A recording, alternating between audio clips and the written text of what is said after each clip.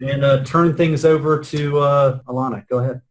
Good morning, you guys. I am Alana Baird. I'm over in Mathematical Sciences, and I actually used VoiceThread prior to the pilot that we've done this year, and I had used it kind of just as a way for students to do presentations in class. And so on this, one of the upcoming slides, I have an actual example for you guys. And this year has actually opened up some new possibilities with the integration with As You Learn, so it's been kind of nice. So I thought I'd start by giving you guys just a little bit of background on what VoiceThread is and what you can do with it. So let's talk about some of its features. It is a cloud-based application, which means that you don't have to download anything to your computer. And it is HTML5, which means that there's no Flash player, and so some students really like that. It's compatible with all iOS and Android devices, so it makes it pretty easy for the students to be able to engage with it, use it, and create with it. Here's an example. And I'll go ahead and let it play. Baby. Can you guys hear it? For the hitting average of MLB players' normal curve graph, I found Derek Jeter's hitting average, the MLB hitting average, and then I found a standard deviation and put it in a normal curve graph. So, right here is Derek Jeter's hitting average. And right here is the average of Major League Baseball's hitting average. And that goes right here so that it can show where the average is. And then Derek Jeter's is right here, and this is his line to show that he is above average in hitting. And this just shows a student presenting their work and using some doodling on the screen while they present to highlight different things.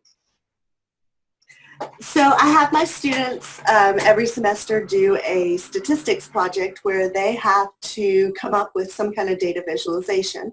And they have the choice of either using VoiceThread or writing a paper.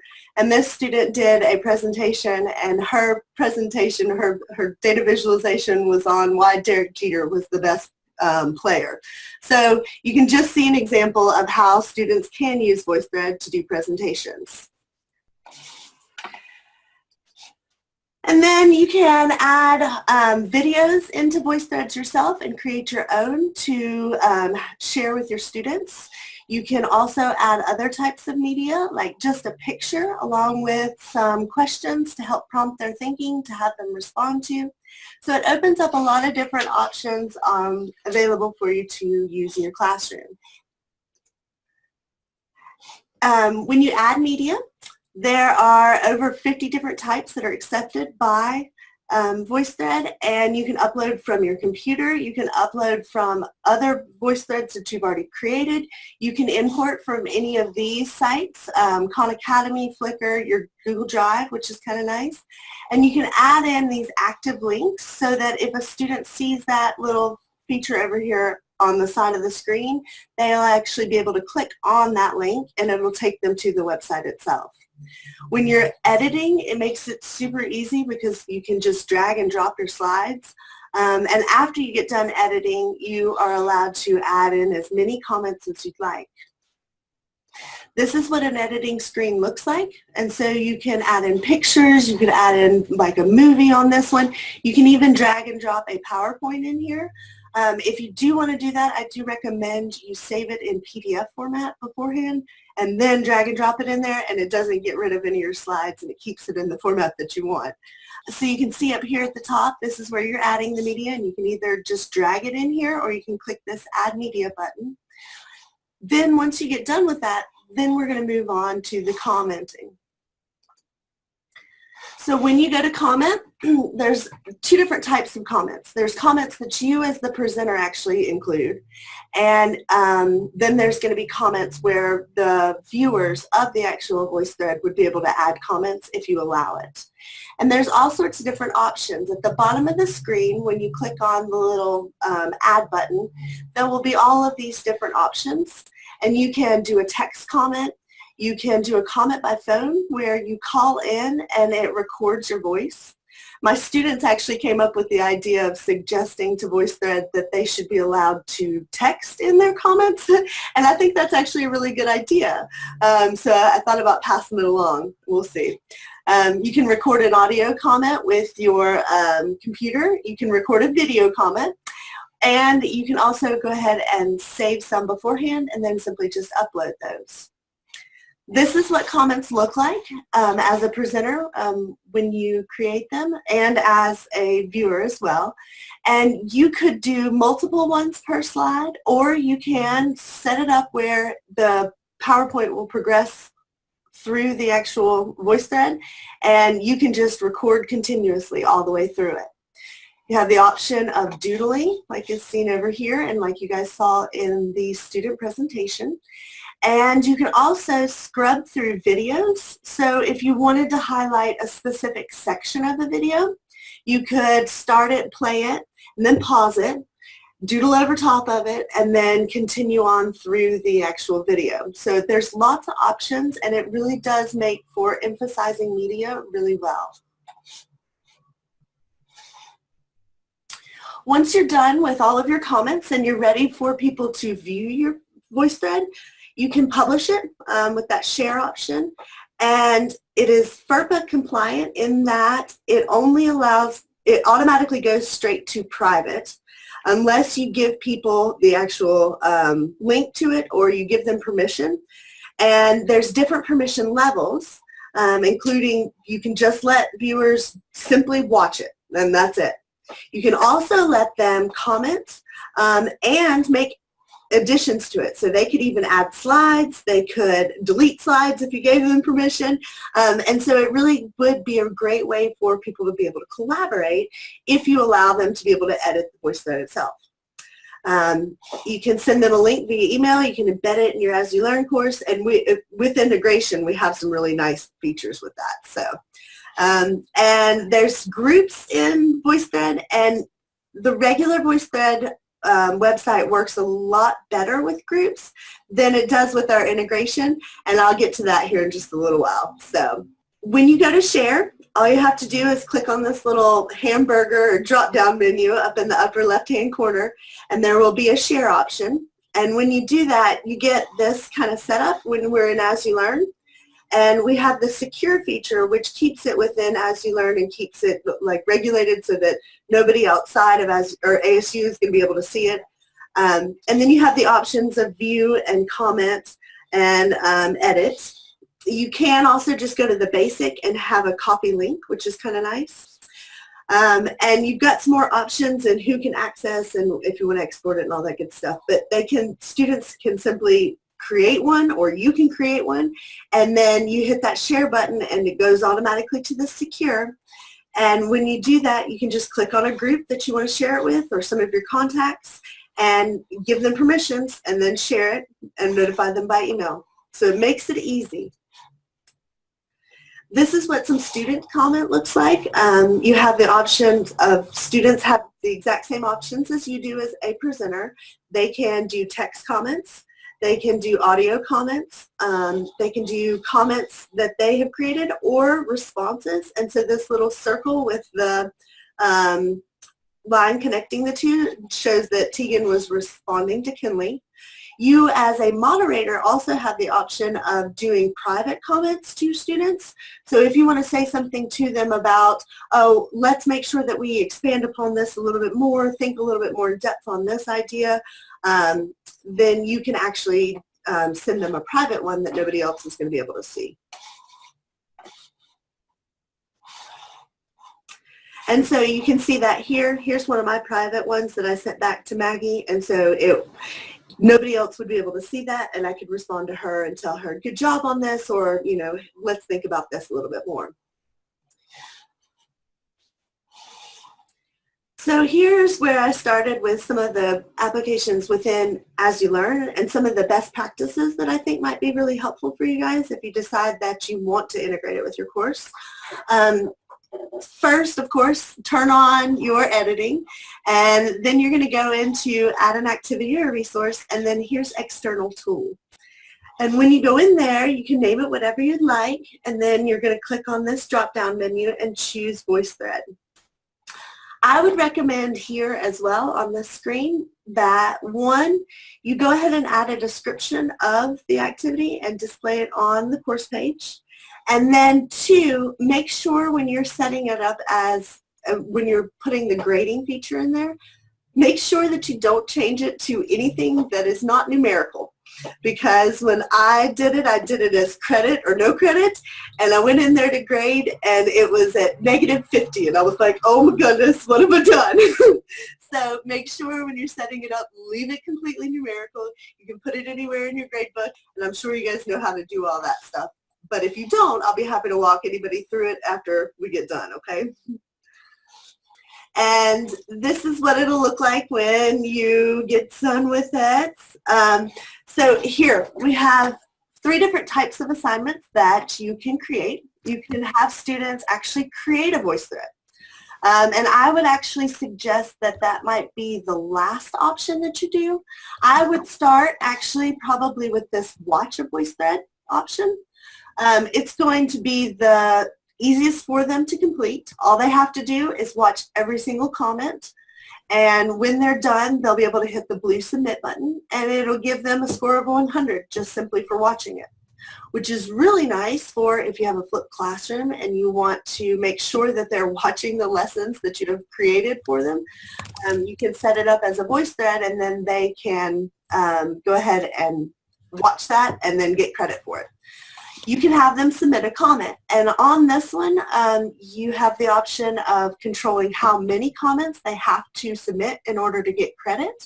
What you don't have control of is where they have to submit it.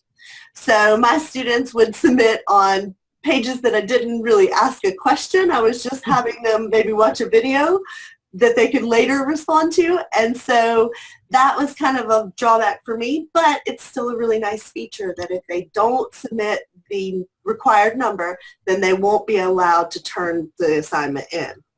And then that last one is the create a VoiceThread, and this one is going to be the most complex because they have to actually build a VoiceThread using adding in that media, adding those comments.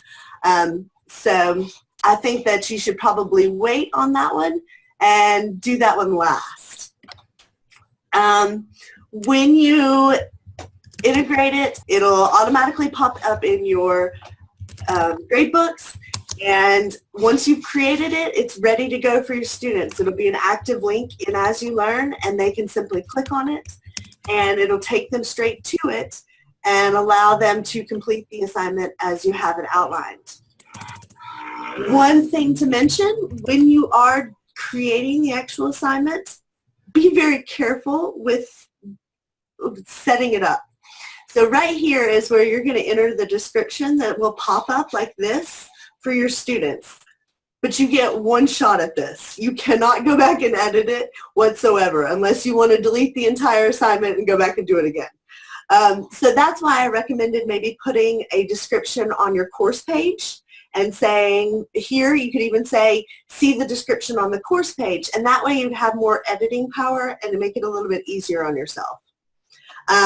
This is also where you should be very specific about the slides that you want them to respond on, because like I said, they are only required to make 6 total comments or whatever. You don't have any control over which slides they're making the comments on. And once students have begun submitting, what's really nice is you as the instructor click back on the assignment link and your gradebook will pop up. And when you have that, you can click on a student's name, and notice here on the side it has every single one of their comments. So instead of having to watch through every single other person's comments, when you click on each one of these, it will take you directly to that student's comment, and you can kind of breeze through them and check and make sure that they did it correctly, and then you'll be able to enter a score right over here. And I blacked them out just to, keep my students' grades private. Another thing you guys will see down here is this not submitted section, and so I have another slide on that, so I'm going to go to here. The remind button is fantastic. You can send them an email, which is shown right here, You can either remind all students all at one time, or you can send individual reminders to individual students by clicking on their names from that list that was shown on that last page. Another thing that you should probably remind students to do is hit this blue button to submit. So this one up here.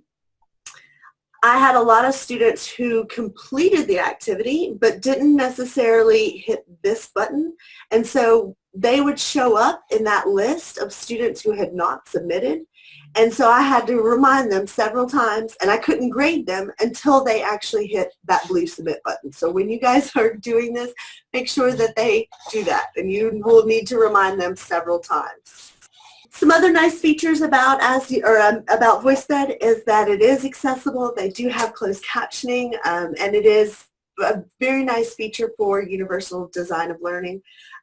It makes it where students have all of these different options, and they can be very creative with what they create and submit to you in an assignment, and it opens up a lot of different possibilities. So the ways that I've used it in my classroom so far, I started with the online presentations, and it really did make it easy this semester because they could submit it straight to me through that assignment link, and I could grade it really easily. It was already in my As You Learn gradebook, and so I really liked that feature. Students seemed to like it.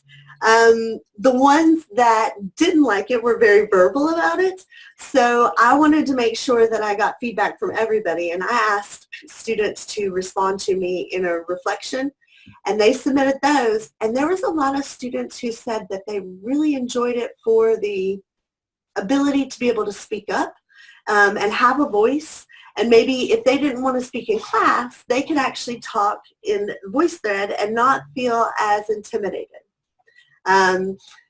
And I also used it this semester as a way for students to give each other feedback about their math that they were understanding, and also about their presentation skills.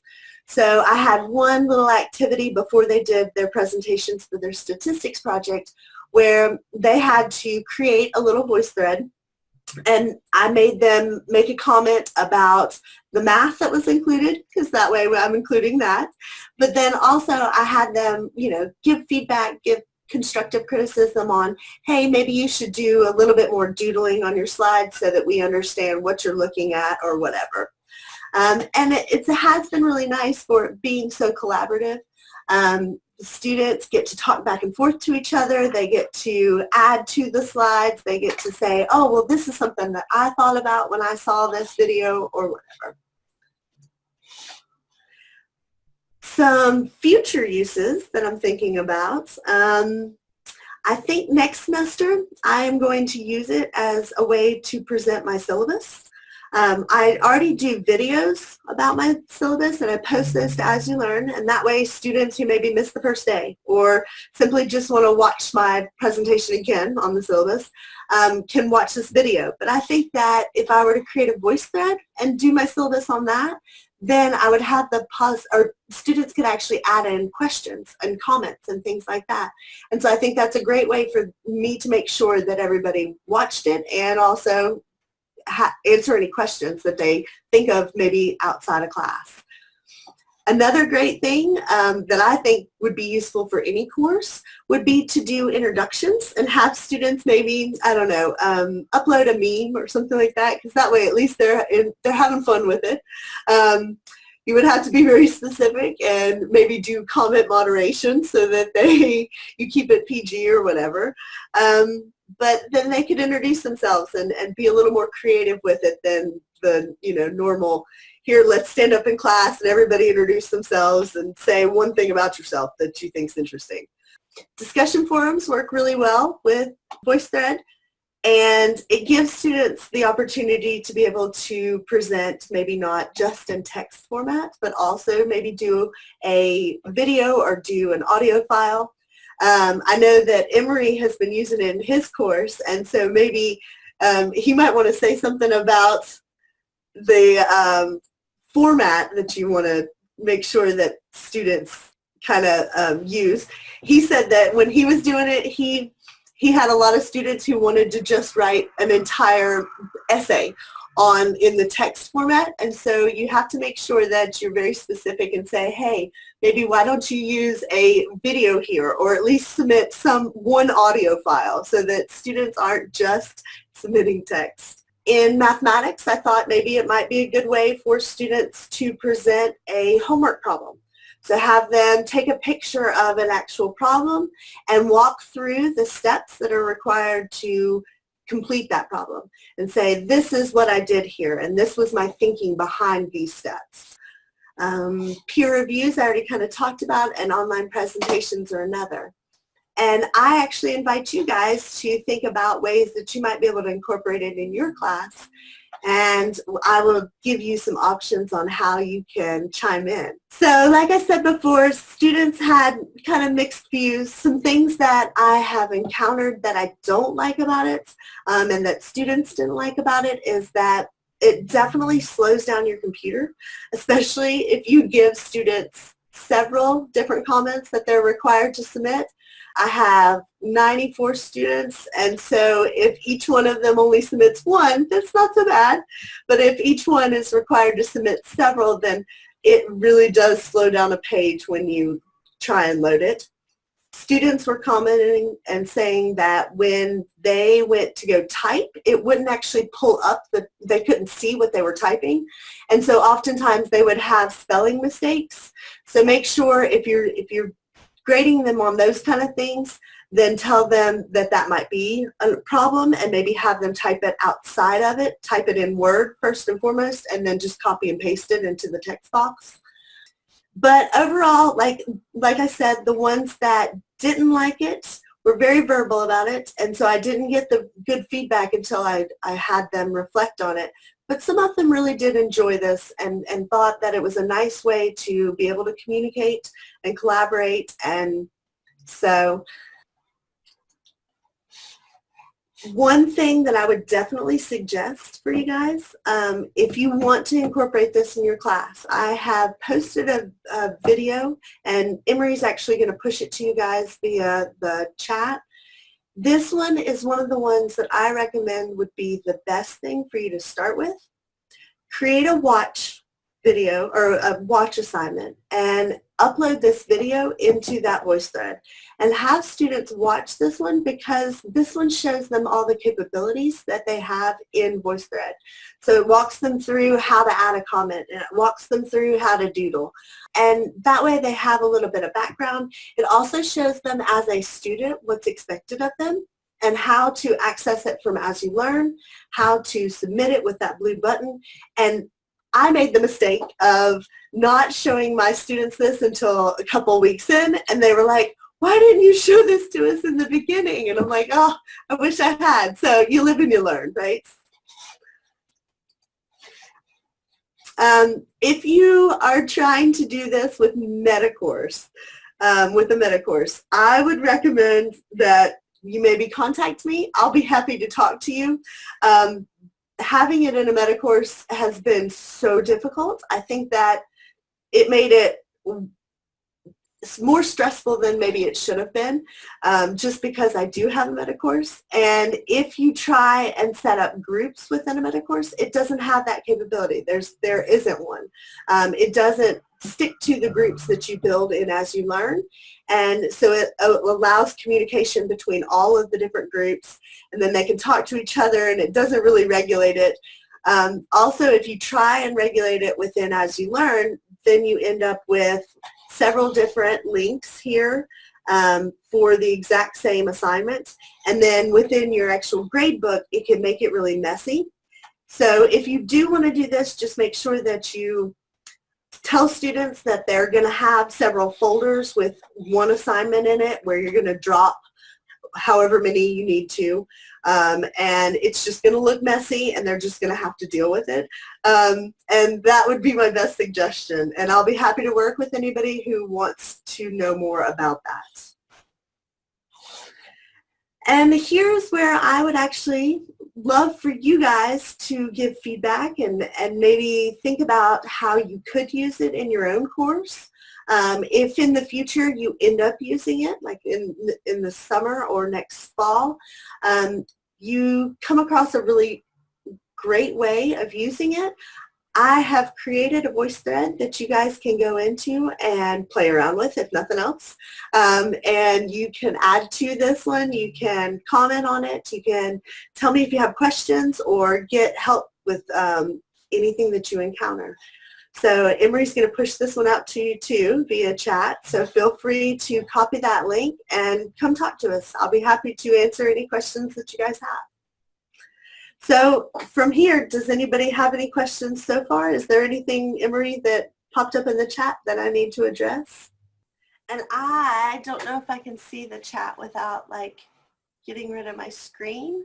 So it might be easier if you do want to talk to me to just unmute your like microphones.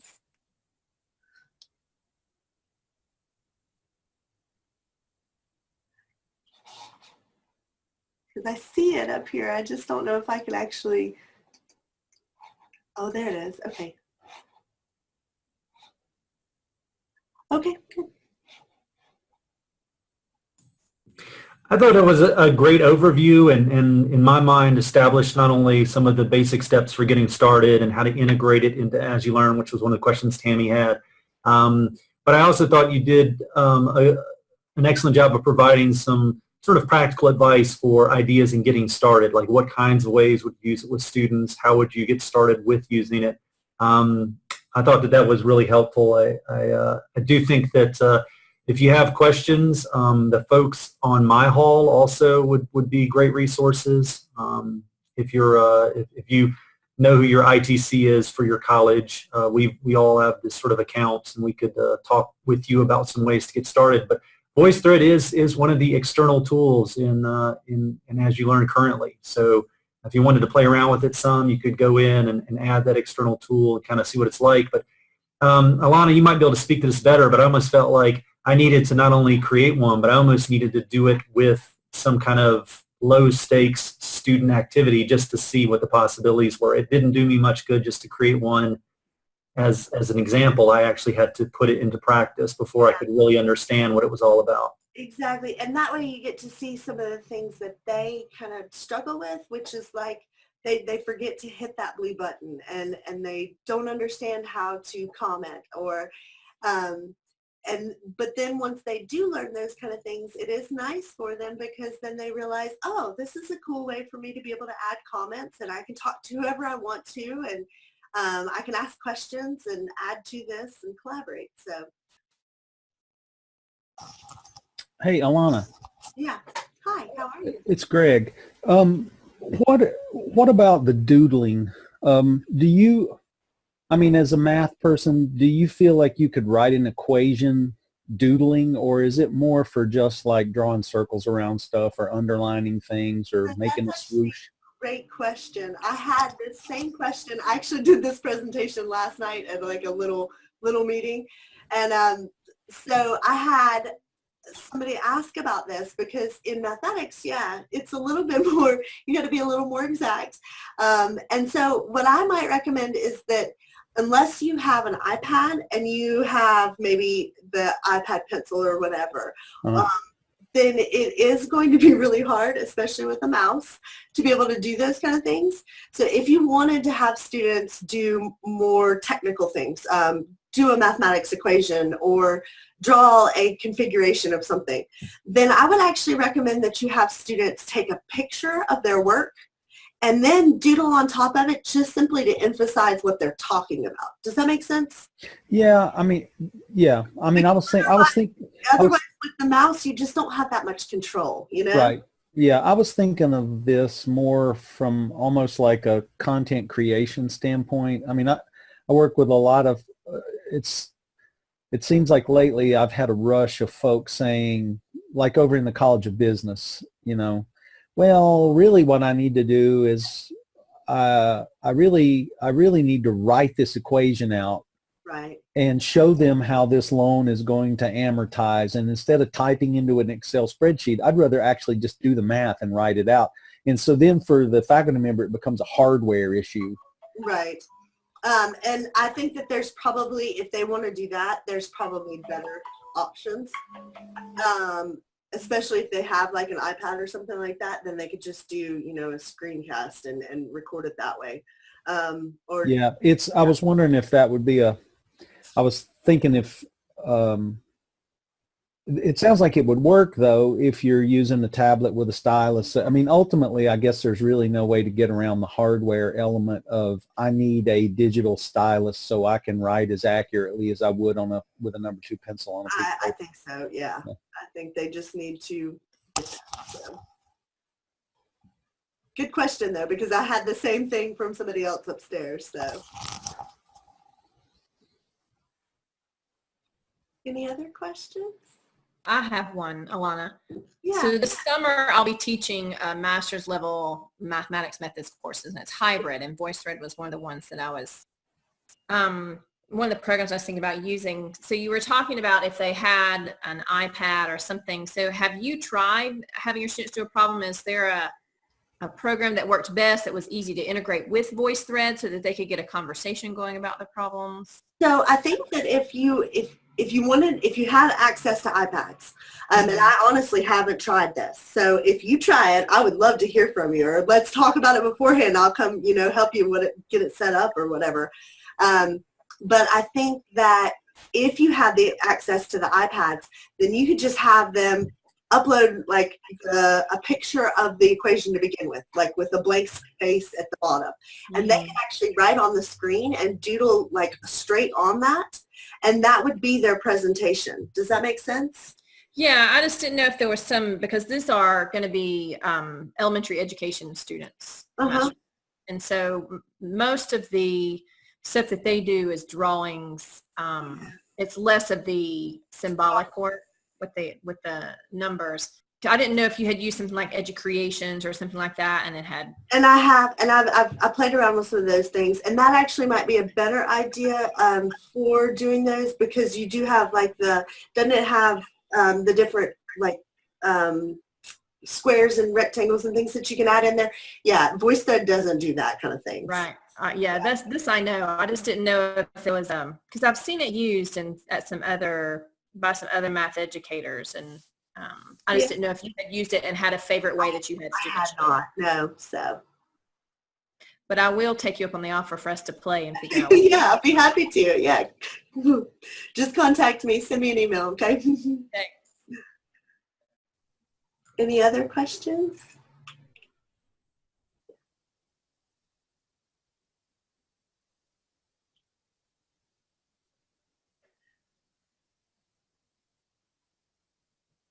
Well, y'all feel free to contact me anytime. I'm happy to answer questions.